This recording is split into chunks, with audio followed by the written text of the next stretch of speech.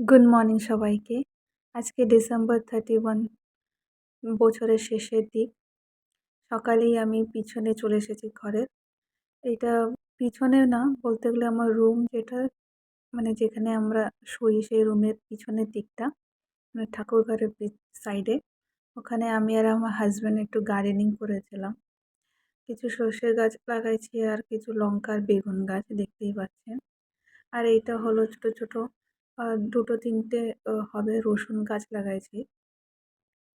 এখানকার মাটি অতটা ভালো না, দেখতেই পাচ্ছেন। সবই জায়গায় পাথরই পাথর। তো যেটুক পারছি আমি আর আমার হাসব্যান্ড পরিষ্কার করে এখানে লাগাইছি। দেখা যাক কতটুক হয়। সর্ষে গাছগুলো তো এখন ছোট, ছোট রয়েছে। বাজারেও পাওয়া যাচ্ছে সর্ষে শাক। কিন্তু ইচ্ছা হলো যে একটু লাগাই। মানে ঘরে লাগানো সর্ষে গাছ মানে শাকগুলো একটু ভালোই লাগবে বিনা সারের। তো দেখা যাক কীরকম হয়।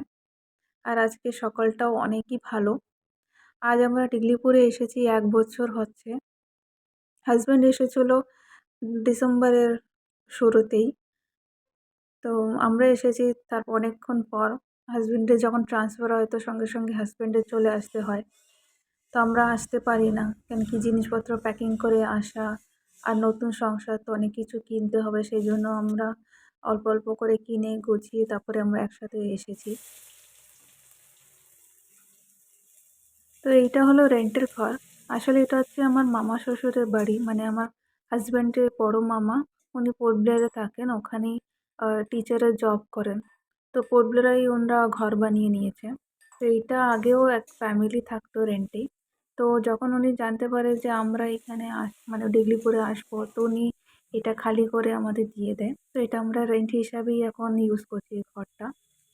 তো প্রথমে যখন আসি সে সময় আমি, আমার বোন আর আমার মেয়ে আমরা ৩ জন আসি। হাসব্যান্ড নিয়ে আসি আমাদের। তো ২ দিন আমরা হোটেলে থাকি। তারপরে ঘরটা অনেকটাই অবস্থা খারাপ ছিল। এখন আপনারা যে দেখছেন যে দেওয়াল পেইন্ট করা রয়েছে, আগে এরকম ছিল না। অনেকটাই মানে অবস্থা অনেকটাই খারাপ ছিল ঘরের। চারিপাশে গাছপালা ছিল। তো ২ দিন লাগলো এটারে একটু ঠিক করতে। তারপরে যখন আমরা এসে সব জিনিসপত্র নিয়ে সেট করি, তারপরে আস্তে, আস্তে ঘরটাকে পেইন্ট করা হয়।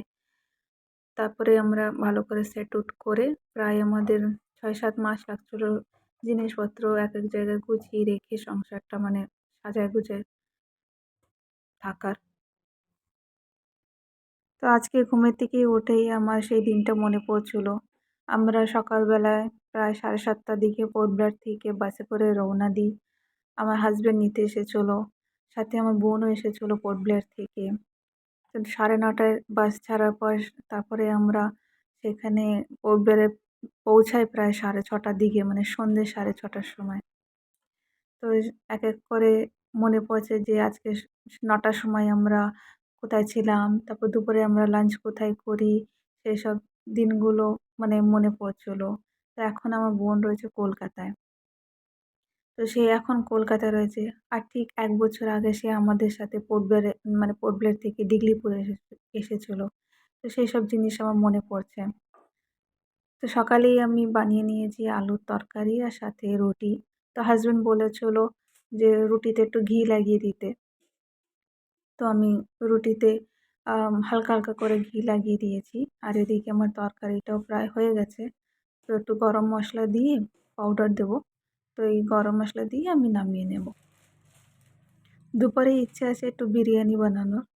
আমার মেয়ের একটা ফ্রেন্ড আছে, নতুন, নতুন ফ্রেন্ড হয়েছে। ক্লাস 5 এ পড়ে মেয়েটা। তো আমার মেয়ে ওকে ভালোবেসে সিস্টার বলে ডাকে। তো ইচ্ছা আছে ওকেও একটু বিরিয়ানি বানিয়ে খাওয়াবো। তো এদিকে আমার সকালের ব্রেকফাস্ট হওয়ার পর আমি সঙ্গে, সঙ্গে এসে গেছি মাংসটা মেরিনেট করে রেখে দেবো। তারপরে আস্তে, আস্তে যে প্রিপারেশনটা সেটাও শুরু করে দেবো। তো আমার যেহেতু শিল নাই তো আমি মিক্সারে সব মশলা পিষি। তো এতে আমি আদা, রসুন, অল্প একটু পেঁয়াজ আর কাশ্মীরি লঙ্কা যেটা আমার কাছে গোটা শুকনো লঙ্কা ছিল কাশ্মীরি সেটা পেস্ট করে দিয়েছি। আর কাশ্মীরি লঙ্কার ঝাল হয় না সেজন্য আমি শুকনো লঙ্কার ঝাল যেটা সেটাও পাউডার দিয়ে দিয়েছি। তারপরে একে, একে নরমাল যা, যা মশলা দিতে হয় জিরে গুঁড়ো, ধনে গুঁড়ো সেসব দিয়ে আমি এটা ভালো করে ম্যারিনেট করে রেখেছি। আর তার আগে তো দেখতেই পেরেছিলেন যে আমি দই দিয়েছিলাম। তো এগুলো ভালো করে মিক্স করে নিয়ে আমি এক সাইডে রেখে দেবো। তারপর রেখে দেওয়ার পর আমি পেঁয়াজের বেরেস্তা বানাবো। পেঁয়াজ আমি অল্প একটু বেটে দিয়েছিলাম, কিন্তু আসল মানে যে পেঁয়াজটা বেশি কোয়ান্টিটি যেটা দিতে হয় সেটা আমি কাঁচা দিই না। সেটা আমি পেঁয়াজের বেরেস্তাটাই বানিয়ে দিই। সেটা না একটা আলাদাই একটা গন্ধ আসে আর টেস্টটাও অনেক ভালো লাগে।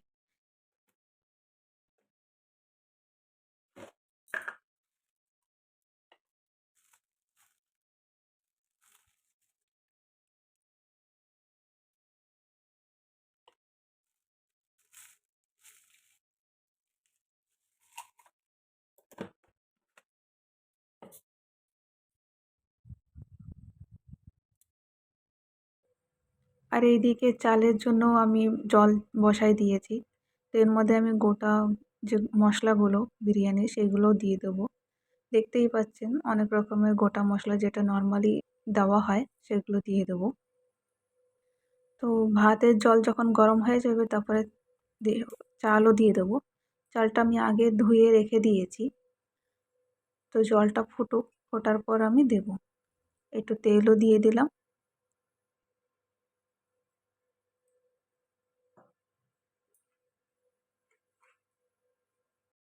বাইরে ভালোই রোদ্দুর হচ্ছে, সেই জন্য আমি ভাবলাম গরম মশলাগুলো আর বিরিয়ানির যে গোটা মশলা সেগুলো রোদ্দুরে দিয়ে দিই। তো আমি প্রায় এরকম যখনই রোদ্দুর দেখি সেই সময় আমি শুকনো লঙ্কা, যেসব গোটা মশলা, ডাল সেসব আমি রোদ্দুরে দিয়ে দিই। তারপরে ভাবলাম একসাথে যাওয়ার আগেই আমি কিছু পুদিনা পাতা আমি এগুলো তুলে নিই। দেখতেই পাচ্ছেন একদম সেই মানে কিরম ঘাসের মতন সব জায়গায় ছড়ায় গেছে পুদিনা গাছ। এটা আমি নিয়ে এসেছিলাম আমার বাপের বাড়ি থেকে। অ্যাকচুয়ালি আমি অ্যালোভেরা গাছ আনছিলাম, এই দেখুন, যেটা এখনও সেরকমভাবে হচ্ছে না, ওইটুকুই রয়েছে। তো অ্যালোভেরা গাছের মাটির সাথে অল্প একটু এই ধনেপাতা মানে পুদিনা পাতা সরি এসে গেছিলো। পুদিনা পাতা আমার মা লাগায়, এখনও ওনার বাড়িতে আছে। তো সেই জন্য হয়তো ওই শিকড়ের সাথে হয়তো এর শিকড়ও একটা চলে এসেছিলো। তো লাগানোর পর অ্যালোভেরা সে সময় দেখি ছোট্ট একটা ওরকম সুতোর মতন একটা পুদিনার গাছ হয়েছে। তো আমি জানতাম না ওটা কী। তো যখন চেক করি সে সময় দেখি কি পুদিনা। তো হাসব্যান্ড বলল যে, "না, এটা কিছু করে না। থাক ওরকম। কেন কি ডিগলিপুরের মার্কেটে কোনো জায়গায় আপনি পুদিনার মানে পাবেন না। কেন কি এখানে হয়তো কেউ খায় না, ব্যবহার করে না, সেইজন্য হয়তো পাওয়া যায় না।" আর আমি অনেকজনের বাড়িতে গেছি। তো সেখানেও আমি দেখেছি কার বাড়িতে সেরকম পুদিনা গাছ আমি এখনও দেখিনি। পটলের আপনি যেকোনো সবজি মার্কেটে আপনি পুদিনা পেয়ে যাবেন। যেরকম ধনেপাতা বিক্রি হয় সেরকম পুদিনা পাওয়া যায়। তো সেইজন্য আমি এটা আর কিছু করলাম না। আমি বলি থাক হোক। তো হতে, হতে দেখলাম এতটা হয়ে গেছে। কোনটা দেখবা? হুম। জলটা ভালো ফুটে গেছে এবং রঙটাও ভালো সুন্দর এসেছে জলের। চালগুলো ঢেলে দেবো। প্রায় 70% আমি এটা কুক করব। তারপরে ফ্লেমটা ফেলাই দিয়ে আমি মানে ওটা ঠান্ডা হতে রেখে দেবো চালটা। তো ভাত ওখানে হচ্ছে, এখানে আমি বেরেস্তাগুলো বানিয়ে নিচ্ছি। চিকেনটার মধ্যে বেরেস্তাগুলো দিয়ে আর যে পুদিনাগুলো আমি তুলেছিলাম সেইগুলো কেটে এর মধ্যে মিক্স করে দিয়ে দেবো।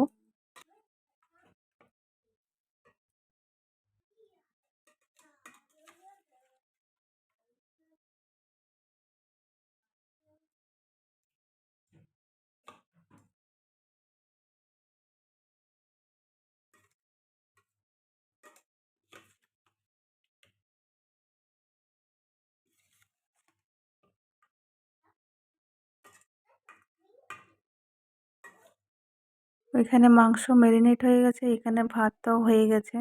ভাতটা অনেকই সুন্দর হয়েছে, যেরকম দরকার ছিল সেরকমই হয়েছে।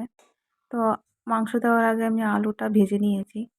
এরপরে মাংসগুলো ভালো করে মানে রান্না করে নেব। মাংসটা প্রায় আমি 80%ই রান্না করে নেব। এটা শক্তি মশালা। আমাদের এখানে এই ব্র্যান্ডের মশলা মানে অনেক কমন, মানে সবাই ইউজ করে এখানে। আর এর টেস্ট অনেক সুন্দর হয়।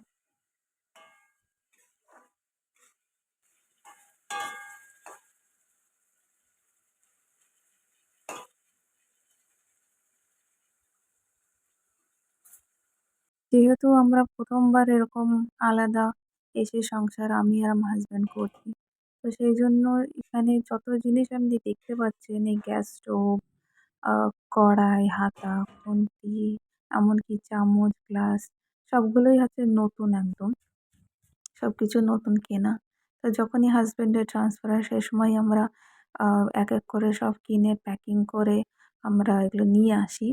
তো পোর্ট ব্লেয়ার থেকে একটা গাড়ি ভাড়া করে ডিগলিপুরে আনা আমাদের প্রায় চার্জ লাগছে মানে ১২,০০০ এর মতন।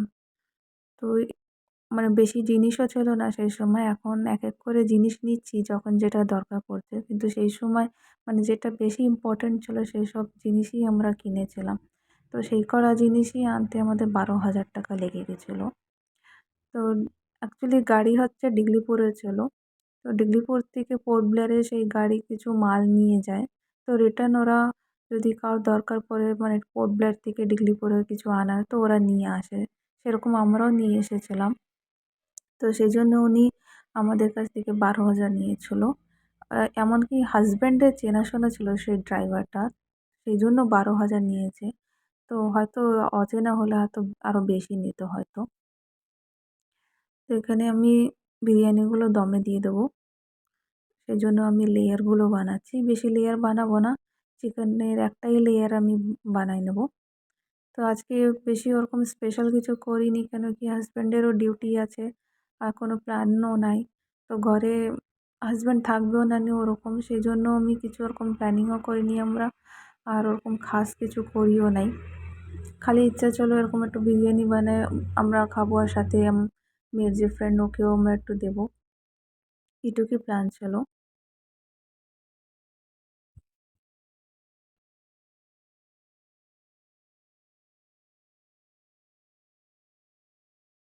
বিরিয়ানি আমি যখনই বানাই তখনই আমি একটু বেশি করে ঘি দিই। আমার ঘি একটু বেশি ভালো লাগে। সেজন্য আমি যেটুক পারি মানে নিজের ইচ্ছা মতন আমি ঘি ঢেলে মানে ওটা বানাই।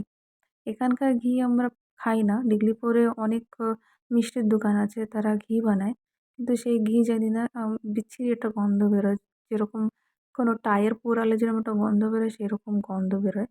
আ আমরা যেরকম মিডল্যান্ড থেকে যেরকম ঘি এনে খাই বা আমাদের এখানকার যেসব বাইরের থেকে যেসব আসে যেরকম আরবিসি ঘি যেটা আমি এখন ইউজ করেছি। ওইসব ঘি যেরকম একটা আলাদা একটা গন্ধ আসে। যদি পরাঠা বানাই সের একটা আলাদাই গন্ধ আসে।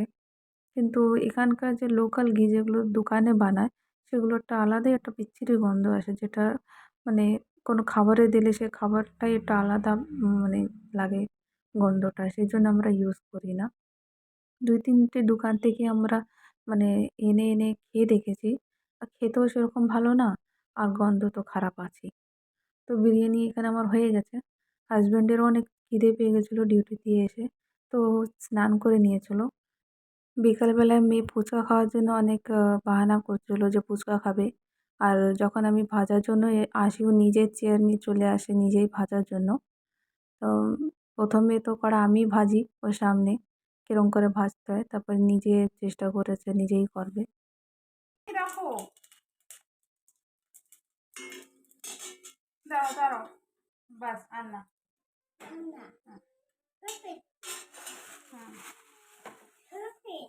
চলো। ইয়াম্মি?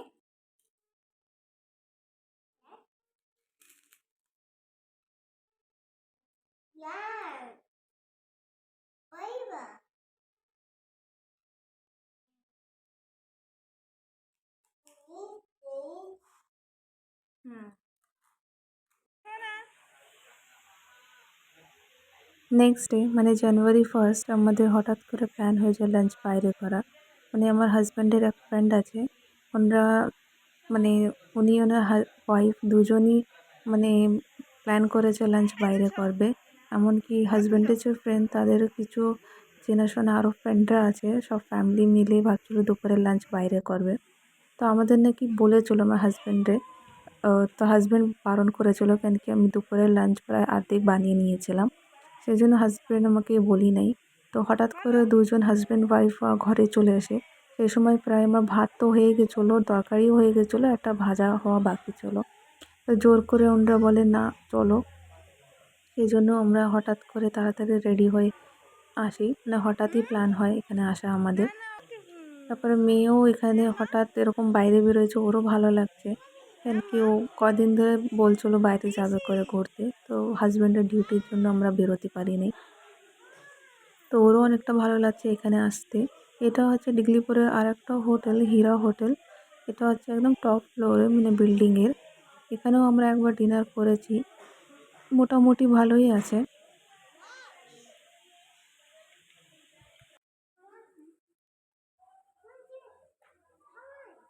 লাঞ্চের মেনু কী হবে, মানে কে কী খাবে সেটাও বলা হয়ে গেছে, এখন সবাই ওয়েট করছে।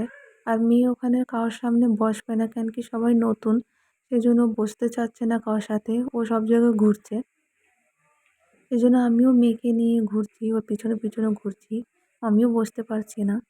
এখানে দেখতে পাচ্ছেন ডিগলিপুরের পুরো ম্যাপ, মানে কোথায় কী আছে, কোনটা মানে ট্যুরিজম প্লেস, সেটা এই ম্যাপে দেওয়া রয়েছে। আর এটা হচ্ছে রোজেন স্মিথের ম্যাপ। এটাকে ডলফিন চক বলে, মানে ডলফিন চক এর থেকে একটু আগে ওই দূরে। এই জায়গাটা কী বলে আমি সেটা তো জানি না। এখানে সব বাস টাস এখানেই দাঁড়ায়, এসটিএস বাস সব, মানে এখানে সব পার্কিং করে রাখে রাত্রেবেলা, এখানেই থাকে সব প্রাইভেট আর এসটিএস বাস। আর এটা হচ্ছে স্কুল। আমার হাজব্যান্ডের যে ফ্রেন্ড আমাদের লাঞ্চের জন্য আনছে, ওনার ওয়াইফ এই স্কুলেই পড়ায়, এটা গভর্নমেন্ট স্কুল। এটা বোধহয় 12th অব্দি আছে, আমি সঠিক জানি না।